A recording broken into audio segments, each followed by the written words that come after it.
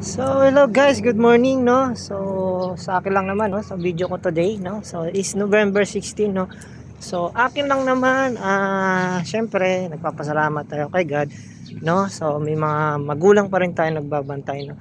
So gusto ko batiin si mother ko ng happy birthday, Mary Ann Edmunds. Wish ko lang sana more birthdays to come and i-bless ka pa rin ni Lord, and then syempre maraming lakas pang ibigay sa iyo, and then blessings na dumadating sa iyo no. So thank you to all ng sacrifice mo po, and then salamat sa iyong tulong lagi no. So nagpapasalamat po ako sa iyo, and then happy birthday, and then tandaan mo always love you. Kahit dati nag-away tayo, so love na love kita. So kami ng kapatid ko, and then family, love ka namin. Love you mama. Happy birthday.